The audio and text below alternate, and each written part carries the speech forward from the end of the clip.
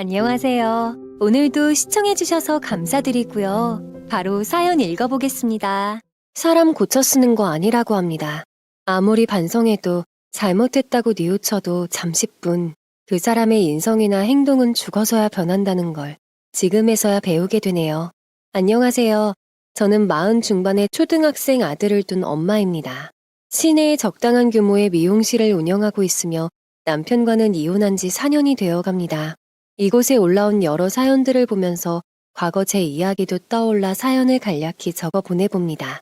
남들은 돈이나 성격 차이로 이혼을 한다지만 저는 말 그대로 남편의 음주 습관 때문에 이혼을 하게 됐습니다.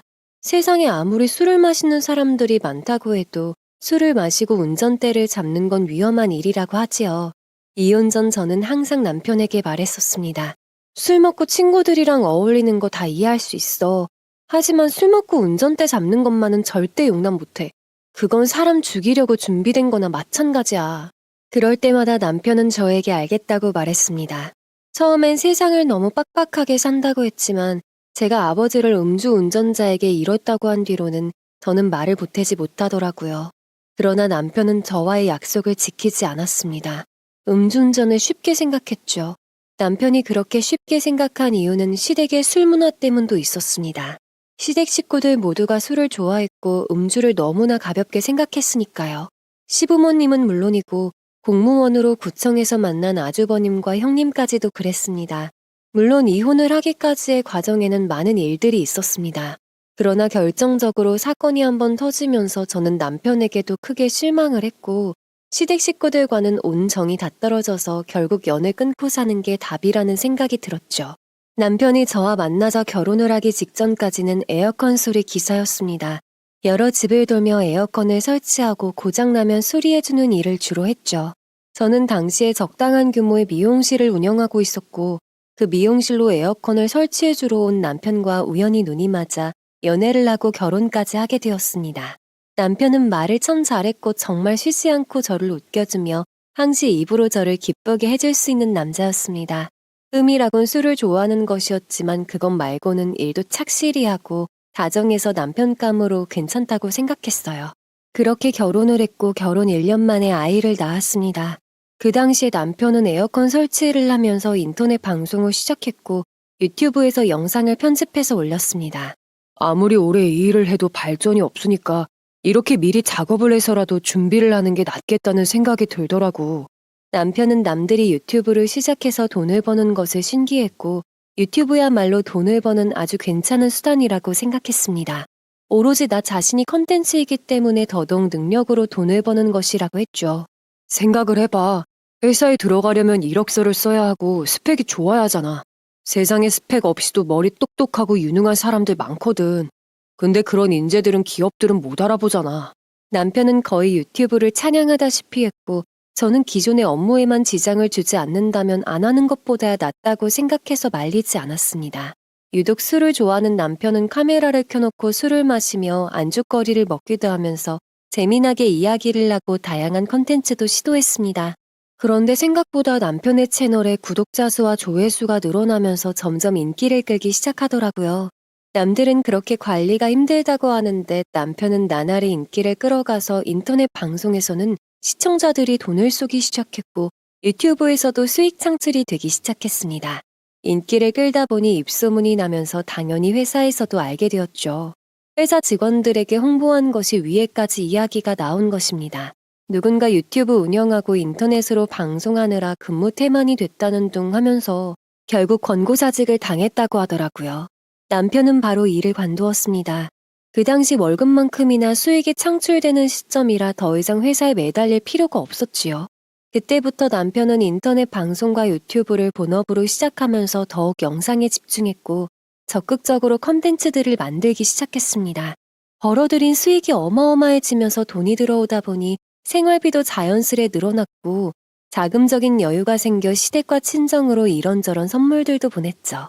전복이랑 각종 비싼 해산물부터 한우와 전자기기까지 그동안 사지 못했으나 가지고 싶었던 것들을 종종 사서 보냈습니다. 저희 어머니는 아버지를 잃고 홀로 사셨는데 남편이 보내준 선물들로 사위 하나 잘 들였다고 칭찬을 아끼지 않으셨죠. 시댁에는 그 비싼 안마의자까지 할부로 긁어서 보냈습니다. 덕분에 시댁은 난리가 났죠. 아이고, 대체 돈을 얼마나 잘 벌길래 이런 것까지 보내냐? 어? 시부모님은 남편의 칭찬을 아끼지 않았고 갖고 싶은 것들이 생기면 남편에게 전화를 내서 뭐가 얼마더라, 뭐가 그렇게 몸에 좋더라, 누구네는 사위가 뭐를 사줬더라 하면서 전화를 했습니다. 그때마다 남편은 바로 결제해서 시댁으로 보내곤 했죠. 그러나 마냥 돈을 잘 번다고 좋은 것만은 아니었습니다. 돈이 될 만한 컨텐츠도 하다 보면 소재가 떨어지기 마련입니다. 같은 레파토리는 질려서 사람들이 더는 보지 않지요. 그러다 보니 남편은 저와 아들을 컨텐츠에 끌어들이게 하려고 했습니다. 유튜브 채널에 시선을 끌만한 제목들이란 제목들은 다 따라하면서 저와 아들에게 카메라를 들이밀었습니다. 가끔은 그 소재가 너무 눈뜨고 못 볼 정도라 제게 수치심을 주기도 했고 아들을 울리기도 했습니다. 유튜브를 운영하는 가족이 있다면 알 겁니다. 너무 말도 안 되는 상황이 만들어지면 이것도 짜고 하는 건가? 라는 생각이 듭니다. 그러나 짜고 하는 거라도 기분이 나쁜 건 어쩔 수 없습니다. 게다가 남편의 채널을 시댁 식구들만 보는 것도 아니고 친정 식구들도 보는데 기분이 좋을 리가 없겠지요. 컨텐츠고 뭐고 나 진짜 기분 나빠. 이런 거 하지 마. 한 번은 정말 참을 수 없어 크게 화를 냈습니다. 아무리 돈 버는 일이라지만 이건 아니라고 하며 말렸죠. 이건 아들이랑 아내를 팔아먹는 일이라고 했어요. 댓글에도 간혹 그런 안 좋은 반응들이 올라왔으니 남편도 알고 있었습니다. 그러나 그런 댓글들을 무시하라고 하더군요. 이 댓글이 다 지능적으로 다는 댓글들이야. 진짜 당신이랑 우리 애 걱정하는 건 줄 알아? 자신이 잘 되니까 배알이 꼴려서 걱정해주는 척 다는 댓글이라는 겁니다. 합리화하지 말라고 했습니다. 저라도 이런 댓글 단다고요. 남자인 당신은 괜찮을지 몰라도 여자인 저는 기분이 나쁘고 아내로서 수치심이 든다고 했습니다. 내 가족들과 친구들이 이런 모습을 보는 것도 부끄럽다고 했고요. 그러자 남편은 수익 페이지를 보여주며 말하더라고요. 이 정도 컨텐츠가 돼야 이 정도 돈이 나오는 거야. 알아? 봐봐. 얼마가 나오는지. 남편은 순수익 페이지를 보여주었고 정말 0이 여러 개 붙은 금액에 깜짝 놀랐습니다. 남편의 일이다 보니 여태 잘 버는 줄은 알았지만 그렇게 많이 버는 줄은 몰랐으니까요. 달에 몇백만 원을 벌어들이니 1년이면 1억은 훌쩍 넘겠구나 싶었습니다. 남편이 왜 그렇게 컨텐츠에 집착을 하는지도 알 것 같았죠. 이래도 싫어. 하지 마. 남편의 말에 저는 고민했지만 길게 내다봐야 한다고 생각했습니다. 아무리 돈을 잘 번다고 해도 이런 콘텐츠로 시선을 끄는 것은 잠깐이라고 했어요. 저도 남편이 유튜브를 시작하면서 여러 유튜버들의 채널을 통해 어떤 콘텐츠로 흥하고 어떤 식으로 망하는지 보았으니까요. 길게 내다보고 해. 이거 잠깐이야. 이런 걸로 계속하다 보면 말 나온다고. 좋은 콘텐츠로도 충분히 승부를 볼 수 있다고 했지만 남편은 제 말을 듣지 않았습니다. 그걸로 며칠 동안 싸움을 하게 됐고 어떻게 마음을 돌려야 하나 고민하다가 시댁에 갈 일이 있어서 이때다 싶어 말을 꺼냈습니다. 술상이 차려져서 시댁 식구들 모두 술을 걸친 상태라 조금은 기분이 좋은 상태였죠. 나름 좋게 말하면서 시부모님이 남편을 설득해 주었으면 하는 마음에 말했습니다. 돈 잘 버는 남편이야 좋죠. 근데 저는 이 사람이 오래 이 일을 좋은 마음으로 했으면 좋겠어요. 스트레스 받지 말고요. 한평생 이런 컨텐츠를 짜서 영상을 올리면 스트레스를 받지 않겠냐고 했습니다. 그러나 시부모님들은 모르는 소리 말라고 영상이 심심하면야 아무도 안 본다는 겁니다. 오히려 남편이 아주 잘하고 있는 거라고 아내로서 협조나 잘하라고 하는데 더는 할 말이 없었습니다. 남편의 표정은 거부라며 웃어 보이더라고요. 그날 집으로 돌아오는 길에 남편이 하도 술을 마셔서 제가 운전을 하는데 진지하게 말했습니다. 당장의 소득이 조금 줄어든다고 해도 안전하게 새로운 괜찮은 콘텐츠를 생각해봤으면 좋겠어. 부모님이 하신 말 못 들었어? 조금 과장된 게 나쁜 게 아니라니까. 남편은 아무리 제가 말해도 들으려 하지 않았습니다. 그래서 더는 설득도 못하겠어 제가 나오는 콘텐츠는 그만두라고 했습니다. 더 이상 찍히고 싶지 않다고요. 그러자 남편 표정이 굳어지더라고요. 최근에 제가 나오는 콘텐츠가 조회수가 더 높았던 것은 사실이니까요. 꼭 그렇게 나와야겠어? 당신 채널이지 내 채널이야? 당신 콘텐츠로 잘 나와야 하는 거 아니야? 내가 싫다잖아. 돈 더 올려줘. 내가 출연료도 주잖아. 안 줘도 되니까 안 나올래. 제 말에 그제야 남편은 진지한 표정이 되더니 제안을 했습니다. 이번 연도까지만 출연해주면 바짝 벌어들이고 내년부터는 괜찮은 컨텐츠를 새로 구상해 본다고요. 그때까지만 협조해달라고 하기에 결국 합의를 받습니다. 대신 새로운 컨텐츠를 짤 때 제 의견도 물어보고 시도하라고 했어요. 그렇게 남편이 새로 영상 촬영을 할 때마다 소재 이야기를 하면 저는 그걸 듣고 수정할 부분을 이야기해서 서로 조율을 했습니다. 그러나 편집본은 또 이상하게 변해서 제가 한숨이 나오도록 만들었습니다. 게다가 제 얼굴이 조금씩 알려지면서 동네 주민들이 알아본 것인지 안티들이 제 미용실을 찾아낸 건지 홍보용 SNS로 댓글들이 달리기 시작하더라고요. 남편 관리 좀 하세요. 부끄럽지도 않으세요? 그런 영상 올리면? 어떤 와이프가 저런 걸 당해주고 그냥 웃으며 넘깁니까? 아무리 짜고 치고 하는 걸 하지만 너무하네요. 애들이 보면 무슨 생각을 하겠어요? 그런 댓글들이 달리면서 제 미용실 고객들까지 알게 되니까 점점 연락이 오고 문의가 와서 난감함이 이만저만이 아니었습니다. 사상이 맞지 않았던 고객들은 놀라서 발길을 끊기도 하더라고요. 결국 그날 남편에게 말했습니다. 더 이상 당신 채널에 올라가면 안 될 것 같아.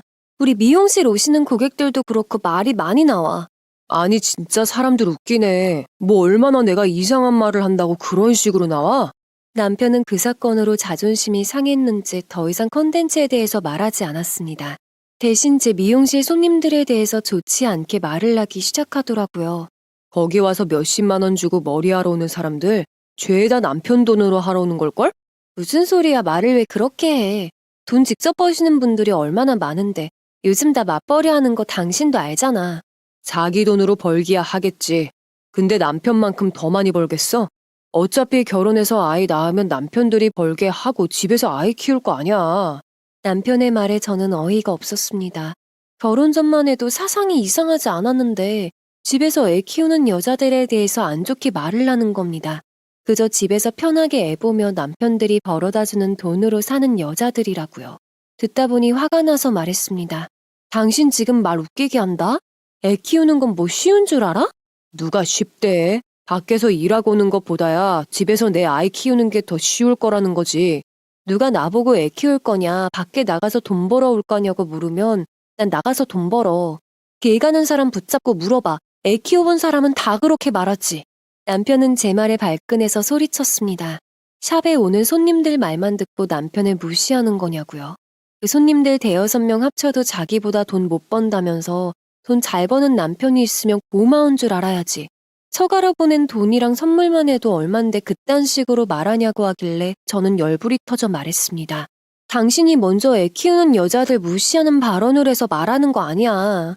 그날 남편과 크게 싸우고 한동안 말도 섞지 않았습니다. 그런데 때마침 사건이 터졌어요. 남편이 올린 컨텐츠 하나가 문제가 되면서 사람들이 꼬집기 시작하니 남편도 놀라서 바로 영상을 내리더라고요. 그리고 사과의 말을 올린 뒤 제가 했던 설득 그대로 말을 했습니다. 자기가 이런 과장된 영상에 혈안이 되어 있어 잠시 판단력이 흐려졌다면서요. 항상 언제까지 이런 영상으로 돈을 버는 건 괴롭겠다는 생각을 했다는데 오히려 이참에 컨텐츠를 바꿀 수 있도록 멈추게 해준 계기가 된 것 같아 다행이라는 겁니다. 정말 토시 하나 빠뜨리지 않고 제 말을 그대로 옮겨 말하는데 웃음밖에 안 나오더라고요. 그래도 제가 원하는 대로 돼서 다행이라는 생각은 들었습니다. 앞으로는 조금 더 색다른 컨텐츠로 찾아오도록 할 테니 기다려달라는 말과 함께 자숙의 시간을 가진 남편은 그날 저에게 말했습니다. 제가 말했던 것들이 다 맞고 컨텐츠를 바꿔야 할 때가 온 것 같다고요. 잘못을 인정한다고 하기에 저도 사과를 받아주었고 앞으로 잘 생각해 보라고 했습니다. 그 후로 남편은 여러 다양한 컨텐츠를 찾아 시도했지만 전처럼 조회수가 오르지 않았고 오히려 그날 사건 이후로 구독자들도 점점 줄어들었습니다. 전혀 조회수가 나올 생각을 하지 않자 한 번은 반려견 콘텐츠를 찍겠다면서 어린 강아지를 데려온 적이 있었습니다. 반려견 영상들이 조회수가 높더라고. 예전부터 강아지를 키우고 싶기도 했고. 남편은 자신이 배운 게 따로 없이 기계 쪽으로만 일을 해왔다 보니 그쪽으로 기술적인 영상을 찍어볼까도 했지만 여건이 만들어지지 않아 선택한 것이 강아지였습니다. 아무리 그래도 컨텐츠 목적으로 강아지를 데려온 건 좀 아니지 않냐고 했더니 저랑 아들이 좋아하니 괜찮지 않냐고 하는 겁니다. 사실 남편은 아들이 강아지를 키우고 싶다고 졸랐을 때도 허락하지 않았던 사람이었기에 강아지가 반가운 건 사실이지만 그렇다고 과연 저 개를 잘 키울 수 있을까 싶었습니다. 아니나 다를까 몇 번 영상을 찍는 거 말고는 잘 관리도 해주지 않더라고요. 결국 강아지를 중점적으로 케어하고 관리하기 시작한 것은 저였습니다. 그런데 어느 날 택배로 전복 한 박스와 대게 한 박스가 도착한 겁니다. 보낸 이를 보니 시모였죠. 놀라서 전화를 했더니 맛있게 먹으라고 보냈다고 하더라고요. 그러면서 주의를 주는데 저도 모르게 당황했습니다. 그네한테는 대게만 보냈으니까 전복 받은 건 말하지 말아라. 알겠지? 어머님, 그러지 마시고 이런 좋은 거 있으면 남편이나 저한테 알려주세요. 제가 사서 형님네랑 어머님네 보낼게요. 아유, 그 생각 못했네. 전복을 먹으면서 남편에게 당부해놨습니다. 형님네는 대게만 보냈으니 전복 먹은 거는 말하지 말라고요. 남편은 웃으며 알겠다고 하더라고요. 그러나 그것이 화근이 될 줄은 몰랐습니다. 정확히는 남편이 그걸로 시댁에서 어떻게 나올지 몰랐던 것이죠. 얼마 뒤 시댁에 갈 일이 있어서 남편과 아이를 데리고 갔는데 형님과 아주버님 앞에서 술을 마시던 남편이 말하는 겁니다. 아, 엄마, 얼마 전에 보내준 대게랑 전복 잘 먹었어요. 저는 놀라서 순간 뜨끔한 표정으로 남편을 보았습니다. 설마 순간적으로 잊어버리고 말해버린 건가 싶었지요. 술이 취하면 남편은 속에 있던 이야기까지도 하는 스타일이었으니까요. 시모도 놀라서 형님네 눈치를 보았습니다. 전복을 받았어요, 서방님? 아유, 그냥 조금 상태가 안 좋은 것들이었는데 너희 주기는 좀 그래서 작은 애들 보내줬다. 애써 웃으며 시모가 변명을 했지만 남편은 쐐기를 박듯이 말했습니다. 실은 내가 좀 먹고 싶다고 했었거든요. 좀 구할 수 없냐고 하면서 돈 좀 드렸더니 보내주신 거예요. 형네 보낸 대게도 같이 내가 사라고 해서 사셨지. 내가 드린 돈으로 시모가 형네까지 챙긴 거라고 생색을 내듯이 말하자 형님과 아주버님도 더 말을 보태지는 못했습니다. 물론 시모가 따로 사신 거지만 어쨌든 남편이 잘 벌고 나서부터 용돈을 올려서 드린 건 사실이었으니까요. 시모도 남편이 보낸 돈으로 산 것이 맞기에 웃으며 맞다고 하시는데 전 다행이다 싶으면서도 착잡했습니다. 굳이 그걸 형님이랑 아주버님 앞에서 말해야 했나 싶었죠. 그날 집으로 돌아오면서 남편에게 말했습니다. 그걸 굳이 이야기한 이유가 뭐냐고요. 남편은 굳이 이야기한 게 아니라 내가 내 돈을 써서 그렇게 사준 거나 다름없으니 생색을 낸 거라고 하더군요. 당신 돈 벌고 나서 시댁이 하도 잘해서 형님네가 비교당하는 거 몰라? 형님 표정 진짜 안 좋았어. 당신이 몰라서 하는 말인데 나 어렸을 때는 내가 비교당했어. 형은 공부도 잘해서 공무원 하는데 난 공부 안 돼서 에어컨 설치나고 다닌다고. 남편은 자기가 그 정도 칭찬도 못 듣냐며 비교당하는 건 어쩔 수 없는 거라고 하더라고요. 어린 시절에 그런 소리를 들었던 것이 제법 상처였는지 말하는데 더는 말을 보탤 수가 없었습니다. 남편이 잘 벌어서 그리하는 것이니까요. 그런데 다음날 아침에 미용실 출근을 했더니 형님에게 전화가 온 겁니다. 무슨 일인가 싶어 받았더니 갑자기 과외 이야기를 하더라고요. 이때부터 예기치 못한 일들이 걷잡을 수 없이 일어나게 되었죠. 우리 애 국영수 과외를 하려고 하는데 선생님이 서울대생이시거든. 서울대라 조금 페이가 높아. 그래서 말인데 같이 하면 조금 할인이 든다고 해서. 과외 비용을 들으니 나름 괜찮은 것 같아서 아이에게 물어보겠다고 했습니다. 아이는 바로 하겠다고 하더라고요. 그래서 일주일에 2번 형님네 집으로 애를 보내 과외를 받게 했고 2주 동안은 나름 괜찮게 진행이 되는 듯 싶었습니다. 그런데 갑자기 과외 선생님이 전화가 와서 말하는 겁니다. 어머니, 너무 이상하거나 기분 나쁘게 듣지 마세요. 대체 무슨 말을 하려고 그러나 싶었습니다. 그런데 전 과외 선생님의 말을 듣자마자 뜨끔할 수밖에 없었습니다. 아이가 수학이나 영어는 나름 배우면 곧잘 하는데 언어적으로 많이 부족합니다. 부족한 거야 공부를 하면 되지요. 그런데 문제는 쓰는 언어들이 조금 거칠어요. 수업 내내 거친 단어와 용어를 써서 자꾸만 수업 분위기를 흐린다고 했습니다. 처음에는 기분이 나빴지만 대체 어느 정도이길래 그러나 싶어 물었더니 선생님 입으로 직접 아이가 썼던 단어들을 말해주는데 부끄러워서 고개를 들 수가 없더라고요. 죄다 남편이 인터넷 방송에서 떠들었던 단어였습니다. 그중에는 뜻을 알 수 없는 인터넷 용어를 너무 남발해서 진도를 빼기가 힘들기까지 했다고 하더라고요.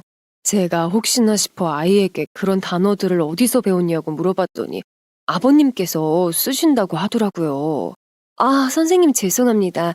애아빠가 유튜버라서 조금 그런 단어를 쓰긴 했어요.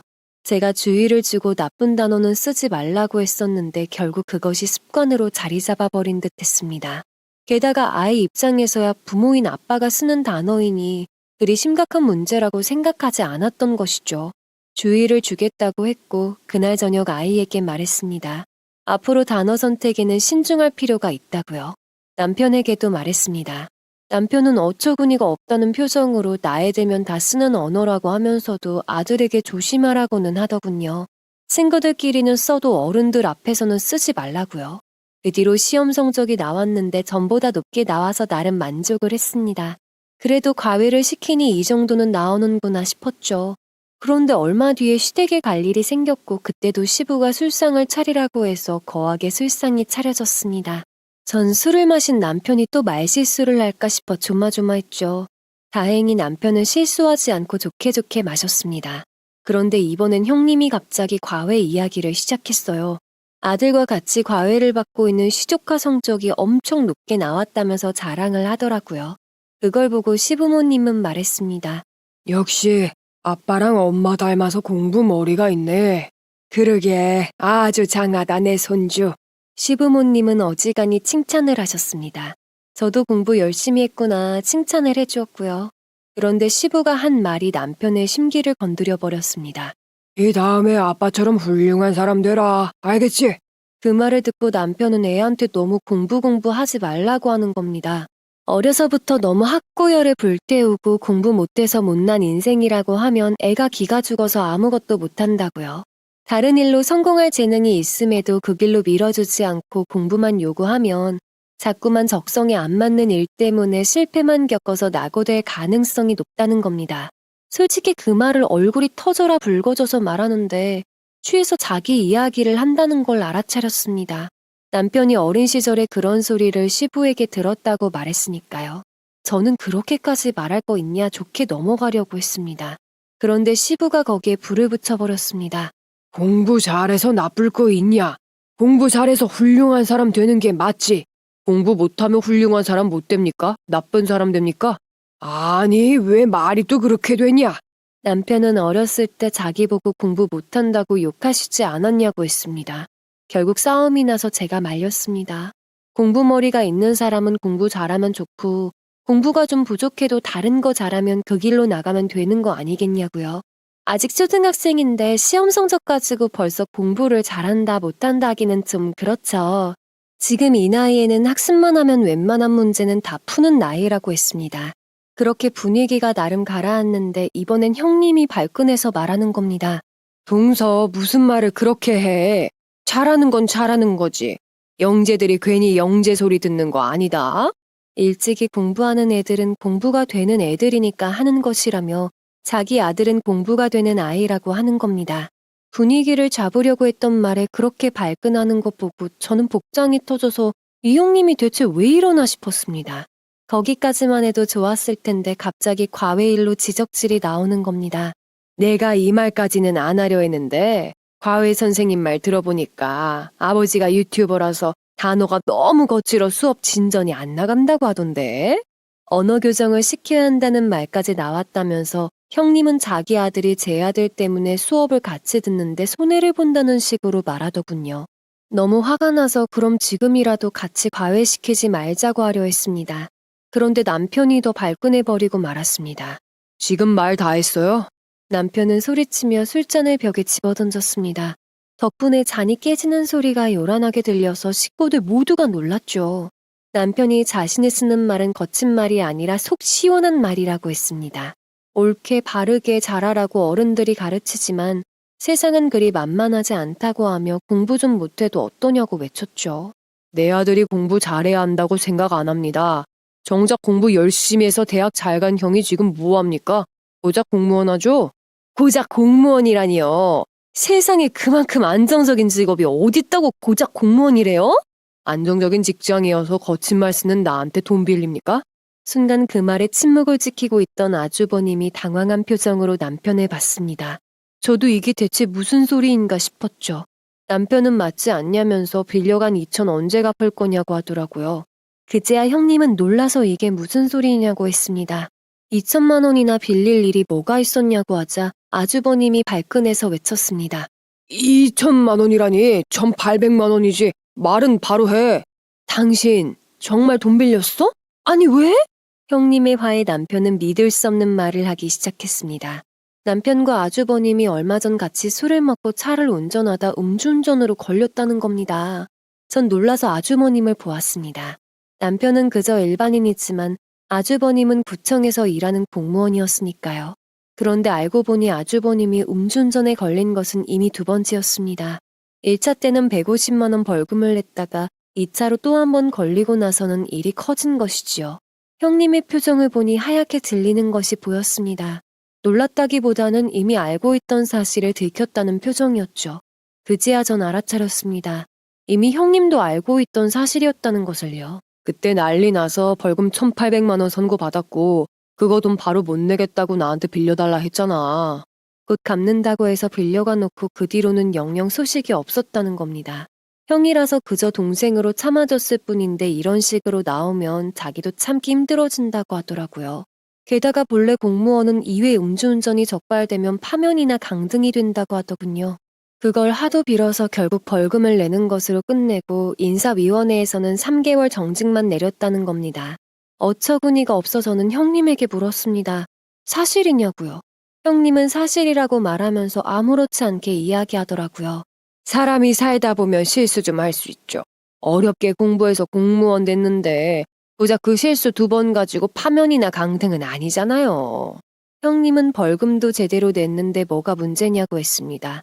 저로서는 음주는 그야말로 범죄 행위기에 믿을 수 없는 말이었죠. 그런데 이어지는 말에 또 한 번 남편을 발끈하게 만들었습니다. 그리고 동생이니까 가족으로서 형한테 그 정도 돈은 내줄 수 있는 거 아니에요? 우리 남편 혼자 그런 것도 아니고 같이 음주해놓고 그렇게 말하는 건 아니죠? 형수 말 그렇게밖에 못합니까? 형이 사정사정해서 자신이 돈을 내준 것이고 그거 안 내면 이혼이라고 형수님이 말해서 내준 거였다고 했습니다. 그제야 시부모님은 형님을 보며 정말 그렇게 말했냐고 따지시는 겁니다. 형님은 살짝 당황하더니 말했습니다. 돈 달라고 해서 그렇게 말한 것뿐이에요. 자식 학원비랑 이것저것 들어갈 것 투성인데 음주했다니까 아내로서 그 돈이 덥석 나오겠어요? 그렇게 말하면서도 형님은 왜 다 지난 일을 이제 와서 꺼내 사람 속을 뒤집냐며 한숨을 쉬었어요. 형님이 먼저 시비를 걸어서 심기를 건드리니까 말했다고 남편은 소리 높여 말했죠. 게다가 그렇게 도와줬으면 고마워라도 해야지. 애가 아버지한테 안 좋은 영향을 받았다고 하면 기분이 좋겠냐고 했죠.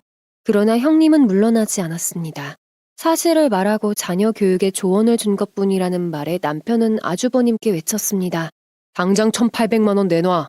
아주버님이 당황하자 남편은 안 내놓으면 국민청원이든 인터넷에 공무원인 형이 음주해서 고작 3개월 징계로 끝났다고 다 올려버릴 거라고 했습니다.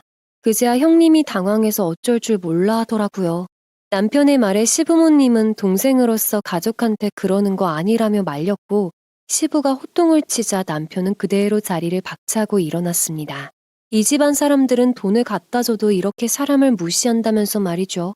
시댁 식구들이 남편을 말리려고 호들갑을 떠는 사이 저는 생각이 다른 곳에 가 있었습니다. 남편과 아주버님이 음주운전을 했다는 사실이 걸렸죠. 시모가 저에게 네 남편 안 말리고 뭐하냐고 했지만 전 그대로 알아서 잘 말려보시라고 하고 시댁을 나왔습니다. 그대로 아이를 데리고 나와 차를 끌고 집으로 돌아오고 나서야 뒤늦게 택시를 타고 돌아온 남편이 제게 화를 내더라고요. 넌 남편을 두고 그냥 가냐? 음주운전한 거 왜 나한테 말 안 했어? 말할 필요가 없었으니까. 저는 정말로 음주운전을 싫어했습니다. 결혼 전에도 술은 마셔도 차는 끌지 말라고 약속해달라 할 정도였죠. 제 아버지가 음주운전자에게 치여서 세상을 떠난 것을 남편도 알고 있었습니다. 그래서 제 말에 따랐고 남편도 약속을 했던 것인데 그걸 숨길 줄은 몰랐죠. 내가 화낼 줄 알고 말 안 한 거잖아. 아니 솔직히 사고가 난 것도 아니었고 그냥 걸린 거였어. 술을 많이 먹으면 그거야 문제가 되지. 근데 많이 마신 게 아니라 고작 딱 한 잔 마신 거라니까? 남편은 사고가 난 것이 아니라 그저 걸린 것이라고 했습니다. 그러면서 정말 말도 안 되는 변명을 하더라고요. 크림빵을 먹어도 후 불면 음주로 나온다면서 자기가 마신 정도는 그저 크림빵 하나 먹은 수준이라고요. 너무 화가 났지만 아이가 이미 많이 컸는데 그걸로 당장에 이혼을 하자 어쩌자 말하긴 힘들었습니다. 그래서 각서를 쓰자고 했어요. 앞으로 음주운전하면 이혼하겠다고 각섰어. 뭐? 야, 무슨 음주운전 한 번 했다고 이혼이야. 넌 이혼이 쉽냐? 나한텐 그만큼 중요한 문제야. 나는 술 먹고 운전하는 사람을 사람으로 안 봐. 제가 이글거리는 눈빛으로 울면서 말하자 그제야 남편은 뜨끔하더라고요. 자신이 잘못했다고 충격 먹을까 말하지 못했다면서 한 번만 용서해달라고 해서 각서를 써달라고 했습니다. 딱 한 번 용서하는 거니까 앞으로 한 번 더 이런 일이 있으면 절대 용서고 뭐고 없다고 했지요. 결국 남편은 알겠다며 큰 결심을 한 듯 각서를 써주었습니다. 그날 이후 정말 남편은 의지를 보이겠다는 듯이 술도 잘 마시지 않았습니다. 이참에 아예 술을 끊을 생각까지 하겠다고 하더라고요. 잘된 일이라고 생각했습니다. 그러나 남편의 유튜브 조회수가 저조해지면서 수익은 예전만큼 높게 나오지 못했습니다. 새로운 괜찮은 콘텐츠를 찾지도 못했죠. 제가 권하는 콘텐츠들은 재미도 없다면서 그런 걸로는 돈이 안 된다고 한탄을 했습니다. 그러다 다시 술을 마시기 시작하더라고요. 어느새 안주와 술을 마시는 콘텐츠가 줄을 잃었고 남편은 몸도 망가지고 살도 찌기 시작했습니다. 먹고 운동은 안 하니 그렇게 될 수밖에 없었죠. 그때 한창 형님이 제게 전화를 해서 말했습니다. 동서, 내가 그날은 미안했어. 서방님 기분 풀게 자리라도 마련하자. 응? 자리는 마련할 수 있는데 이번에는 제발 남편 화 돋우지 마시고 특히 밥만 먹어요. 네? 아이, 그럼 내가 그동안 몰라서 눈치가 없었어. 남편이 말을 해줘야 알지. 그렇게 남편을 설득해서 식당을 예약하고 자리를 만들었습니다. 남편은 처음엔 껄끄러운 표정을 지었으나 술이 들어가자 좋은 게 좋은 거라고 오늘 하루 다 풀고 끝내자고 하더라고요. 형님은 역시 서방님이 성격이 시원시원하고 배포가 크다면서 칭찬을 아끼지 않았고 그렇게 만남은 잘 끝나는 듯 했습니다. 그러나 서로 헤어지는 순간에 술이 더 마시고 싶었던 남편이 말했습니다. 아, 여보, 먼저 들어가. 영수님 먼저 들어가세요. 전 형이랑 이치하고 들어가겠습니다. 아유, 그래요. 남자들끼리 간만에 더 풀고 들어와요. 그때 말려야 했습니다. 오늘은 적당히 마셨으니 그만 마시자고요. 걱정이 돼서 남편에게 더 마셔도 되겠냐고 했지만 남편은 마시고 대리 불러서 안전하게 들어갈 테니 걱정 말라고 했죠. 그대로 저는 집으로 돌아왔고 아이를 챙기면서 남편을 기다렸습니다. 초저녁에 헤어졌으니 그대로 12시 안에는 들어오겠지 싶었는데 새벽 1시가 되도록 들어오지 않더라고요. 걱정은 됐지만 아주버님과 간만에 만난 것이니 연락을 따로 더 하진 않았습니다. 그런데 새벽에 갑자기 전화가 오는 겁니다. 전화를 받았는데 경찰서라고 해서 너무 놀라 무슨 일 때문에 그러시냐고 했죠. 남편이 형이랑 같이 교통사고를 내놓고 도주를 하다가 걸렸다는 겁니다. 순간 교통사고라는 말에 머리가 뭐에 맞은 듯 댕 했습니다. 심장은 철렁했고 정말 실망감에 손발이 떨렸죠. 너무 화가 나서 친정 엄마에게 연락해 집으로 와달라고 했습니다. 엄마가 오시고 나서야 아이를 맡기고 경찰서로 달려갔습니다. 경찰서에 들어가자마자 남편은 저를 보고 바로 고개를 숙이고 아무 말도 못하더라고요. 옆에 앉아있던 아주버님도 마찬가지였고요. 저보다 먼저 달려온 형님은 이게 대체 무슨 일이냐며 한숨을 쉬고 있었습니다. 경찰은 사고를 내고 그냥 있었어도 이렇게 일이 커지진 않았는데 도주까지 해서 지금 이렇게 일을 키운 거라고 화를 냈죠. 음주 측정 결과도 가관이었습니다. 정말 거나하게 마셔서 면허 정지 수준이었죠. 그런데 그 와중에도 취한 남편은 꼬인 혀로 말했습니다. 아, 형사님 죄송합니다. 제가 우리 진영이랑 진짜 딱 한 잔만 마시려고 하다가 기분이 너무 좋아서. 사건 보고를 듣는데 온몸이 떨렸습니다. 다친 사람은 괜찮냐고 물었더니 응급실에 실려간 상태라고 하더군요. 그 말을 듣는 순간 남편에게 성큼성큼 다가가 그대로 주먹으로 남편의 볼을 가격해버렸습니다. 덕분에 덜컹 소리와 함께 남편은 의자 밑으로 쓰러졌고 놀라서 고개를 들고 저를 바라보더라고요. 옆에 계시던 경찰분들이 저를 붙잡고 말렸지만 전 소리쳤습니다. 네가 사람이야? 술 먹고 사람을 쳐? 옆에서 한숨만 쉬고 있던 형님도 놀라서 저를 붙잡고 말리더라고요. 왜 이렇게 흥분하냐고요. 다 필요 없고 그 응급실 어디냐고 물었습니다. 경찰은 설마 가서 해코지라도 하려고 그러냐고 묻길래 전 그 자리에서 바로 말했습니다. 내 남편이 얼마나 사람을 다치게 했는지 봐야겠다고요.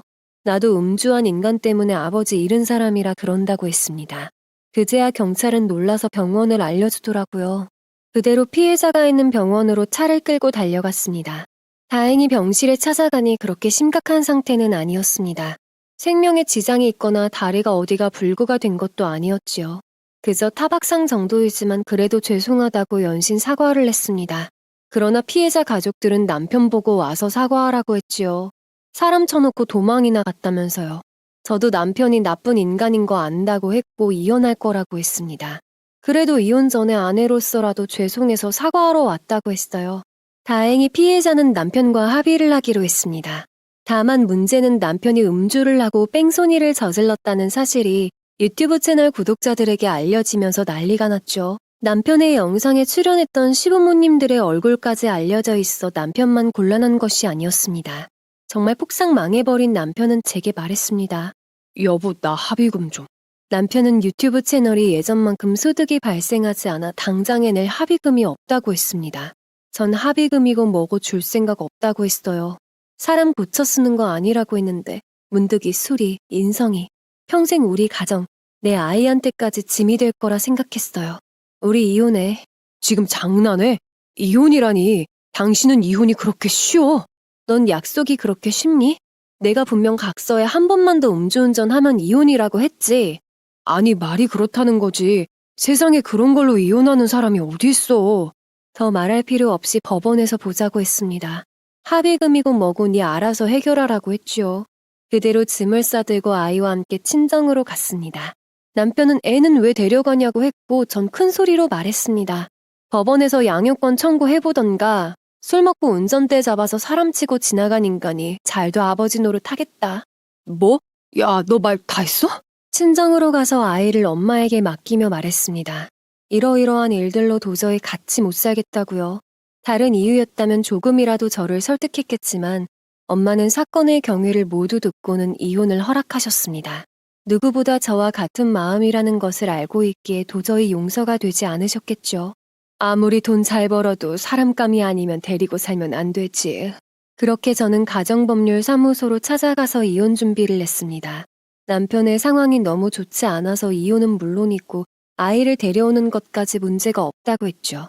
그런데 소장이 날아가고 나서야 사실을 알아차렸는지 시모가 연락이 와서 말했습니다. 이게 무슨 소리냐? 이혼이라니. 그이한테 이야기 못 들으셨어요? 형님이랑 아주버님이 말 안 해요? 사건 이야기를 했으나 시모는 역시나 남편과 아주버님의 모친이 맞았습니다. 유전자의 가치관까지 들어있는지 고작 그런 일로 이혼까지 하냐고 하더군요. 사람 목숨 귀한 줄 모르신다고 음주운전하는 인간들은 인간이 아니라고 하고 끊어버렸습니다. 그 뒤로도 자꾸 전화가 왔지만 받지 않았어요. 전화를 받지 않자 문자로 막말이 수두룩하게 날아오더라고요. 오히려 잘 됐다 싶었습니다. 이혼하는데 써먹으면 되겠다 싶었으니까요. 그런데 재판 전에 갑자기 미용실로 아들이 찾아와 울면서 저에게 말하는 겁니다. 학교에서 남편이 음주운전해서 사람 쳤다는 게 소문이 나서 다들 자기한테 뭐라 한다고요. 이게 대체 무슨 일인가 싶었습니다. 아이가 직접 말하지도 않았을 건데 대체 학교에 소문이 어떻게 났나 싶었어요. 설마 남편의 유튜브를 보는 구독자들 때문에 일이 그렇게 됐나 싶었죠. 그런데 그게 아니었습니다. 같은 학교를 다니는 시조카가 말을 해서 소문이 났다는 겁니다. 전 너무 화가 나서 바로 형님네 집을 찾아갔습니다. 형님이 문을 열어주면서 무슨 일로 온 거냐고 하길래 따졌습니다. 시조카가 소문내서 우리 학교에서 놀림받았다고요. 그런데 거실에서 튀어나온 시조카가 저를 보더니 형님 뒤로 숨으며 말하는 겁니다. 엄마가 얘기해서 사실을 말한 것뿐이라고요. 형님이 당황한 표정으로 아이들과 저를 보더니 정말 뻔뻔하게 말하더라고요. 아니, 우리 애가 없는 말 한 것도 아니고 사실을 말한 거지. 나랑 남편이 이야기하는 걸 듣고 그렇게 말을 흘린 걸 다른 애들이 책 잡아서 애한테 그랬나 본데. 거기까지는 그러려니 했습니다. 정말 애는 부모가 한 말을 듣고 학교에서 말한 걸 수도 있겠다고요. 그런데 이어서 한 형님의 말이 저를 더욱 열받게 했습니다. 애들끼리 그렇게 싸우면서 크고 그러는 거지. 뭘 그거 가지고 이렇게 쪼르르 달려와서 그래? 너무 애를 치마폭에 감싸고 키우는 거 아니야? 지금 말 다 하셨어요? 그게 애들끼리 싸우는 걸로 보이세요, 정말? 그럼 애들끼리 그러는 걸로 부모가 관여해? 애초에 서방님이 그렇게 사고만 안 냈어도 남편 혼자만 사고 냈어요. 아주버님도 같이 냈는데 왜 우리 애만 그런 취급을 받냐고요. 아주버님도 공범이잖아요. 제 말에 시조카가 놀라서 굳어버린 것이 보였습니다. 형님은 순간 당황해서 말조심 못하냐고 저보고 훈계를 하더라고요. 내 아들은 이런 취급 받아도 되고 당신 아들은 그러면 안 되냐고 했더니 형님이 따로 말하자고 그만 가라고 하더라고요. 게다가 전 어차피 이혼할 거지만 자기는 아니라서 조심하는 것뿐이라는 말에 전 말했습니다. 그리고 마지막으로 전 형님의 이 말에 뚜껑이 열렸습니다. 아이고 그깟 돈 좀 번다고 요새 떨더니 천벌 받은 거야. 너도 똑같아. 베풀고 살 줄도 알아야지. 네 애도 지 아빠 닮아서 미래가 뻔히 보이네. 그 머리나 행동거지가 어디 가겠어? 뭐? 이혼? 해라 해. 네 팔자지 내 팔자니? 올해 끝까지 이웃에 떠는 거 봐라. 저는 두 손이 벌벌 떨려왔어요. 그리고 싸늘히 말했습니다. 오늘 일 후회하실 겁니다. 두고 보세요. 그대로 형님네 집을 나와서 아이에게 말했습니다. 상황을 모두 설명해 주었고 아빠랑 이혼하는 이유도 알려주었죠. 다행히 아이는 저를 이해해 주더군요. 자기도 그런 아빠랑은 살기 싫다고요. 그날 저녁에 바로 제 미용실 SNS에 글을 올렸습니다. 아주버님과 남편의 음주 사실과 아주버님이 공무원임에도 과거 벌금을 내고 3개월 정직만으로 넘어갔다는 것까지요. 거기에 얼마 전 사고가 났지만 그 사고 이전에 부모를 그러한 같은 방식으로 잃어서 남편에게 각서를 써달라고 했다 했습니다. 그 각서 내용을 그대로 사진으로 촬영해서 같이 올렸고 그 약속을 지켜주지 않아 이혼을 결심했다고요. 길게 오늘 학교에서 있었던 사건에 대해 말하지 않아도 소문은 파다하게 퍼지게 되어 있었습니다. 바로 다음날 오후에 형님으로부터 연락이 오더라고요. 너 제정신이야? 너가 그걸 올리면 우리 집안은 어떡하라고? 같이 죽자는 거야 뭐야? 제가 올린 글로 구청 쪽으로 연락이 쇄도했고 결국 아주버님은 파면당했다고 했습니다. 그것도 모자라 학교에는 시조카까지 그 일에 해당이 되어 있는 걸로 알려졌죠. 온갖 막말을 다 하길래 그대로 녹취했습니다. 이 녹취록도 SNS에 올리는 걸 보고 싶지 않으면 더는 저한테 험한 말 하지 말라고 했습니다. 그제야 소리를 지르더니 결국 전화를 끊어버리더라고요.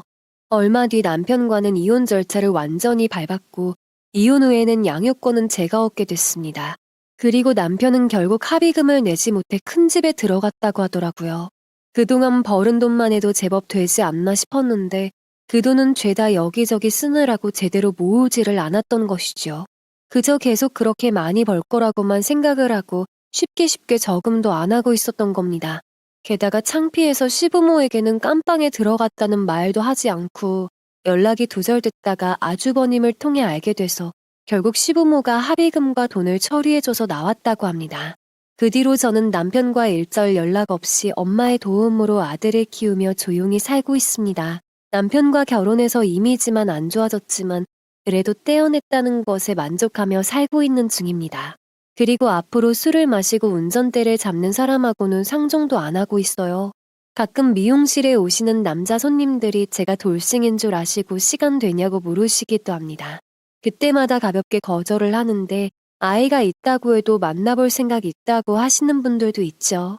거기서 술 한잔 사주겠다고 하면 저는 바로 단칼에 거절합니다. 술 마시는 남자는 만나지 않는다고요. 제가 너무 빡빡하게 사는 걸 수도 있지만 저와 결혼했던 전 남편도 처음부터 음주 운전을 하는 남자는 아니었습니다. 그저 술을 좋아하는 사람이었죠. 그래서 이젠 술 마시는 사람조차 피하는 중입니다. 그리고 사람 쉽게 안 변하더군요. 오직 제 아이만 보고 열심히 다시 한번 살아보고자 합니다. 지금까지 긴 사연 들어주셔서 감사합니다. 여러분의 가정에는 평안만이 깃들길 바라면서 이만 마치겠습니다. 더 많은 이야기, 기막힌 사연을 듣기 원하신다면 구독과 좋아요, 알림 설정 부탁드립니다.